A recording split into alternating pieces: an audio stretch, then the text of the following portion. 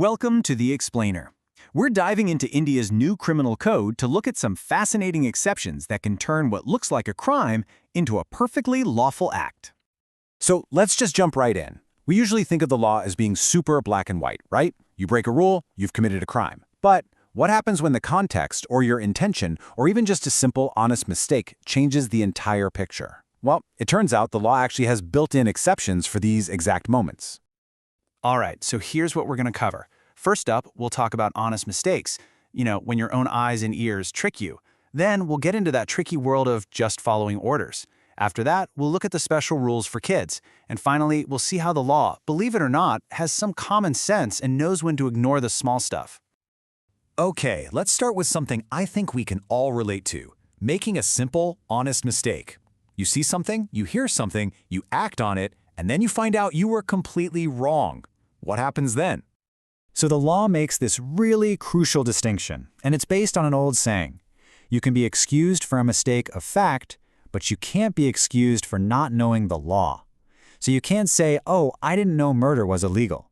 But you can be excused if you genuinely thought you were acting in self-defense against an attacker who, it turns out, was just an actor in a play. Right, and here's the key. It can't just be any wild, off-the-wall mistake. You have to have acted in good faith. And that just means you acted with the care and attention that any reasonable person would in that same situation. A judge is basically going to ask, hey, if someone else was standing right where you were, could they have made the same mistake after being careful? Now, this is where it gets really interesting. The law actually splits this idea into two. You can be bound by law to do something. Think of a police officer who has a duty to stop a crime. Or you can be justified by law. That's like a regular person who sees something bad happening. You don't have to intervene, but you have the legal right to. And this difference is a huge deal because it protects both the people who must act and the people who choose to act, even if they end up being mistaken. And this story just perfectly illustrates the justified by law idea. So Ramu Kaka is a loyal servant, not a cop. He doesn't have a legal duty to attack intruders. But when he sees some shadowy figure in the house and honestly, in good faith, believes it's a burglar, his act of defending the home is justified. So even though he attacked his boss, his action, because it was based on an honest mistake of fact, is not a crime. So what happens when you're not acting on your own gut feeling, but because someone in charge told you to? This is a massive area of the law, and it comes up all the time for the military, police, and other officials. Okay, so the law puts up this pretty powerful shield, not just for judges, but also for the people who have to carry out their orders. So think about an officer carrying out a court-ordered eviction.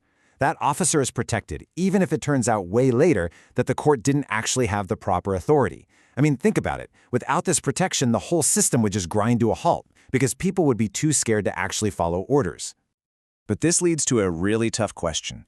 If your boss tells you to do something, are you always off the hook? The classic "I was just following orders" defense. Does that always work? Well, the law says it depends. This table here breaks it down perfectly. If an order is totally legit, you're protected. Now, if the order is wrongful, like it's a bad call, maybe using too much force when less would have worked, the person following the order is still protected because they believe they're bound to obey. But, and this is a big but, if the command is blatantly illegal, something any reasonable person would know is just wrong, like an order to commit a murder, then all protection just vanishes. So yeah, there's a line, and the law expects you to know when it's being crossed. All right, let's switch gears to another area where the law makes a really clear exception. Age. At what point is a child actually old enough to be held responsible for a crime? The law draws a really hard line at 7 years old. A kid under 7 is considered doli incapax, basically incapable of having criminal intent.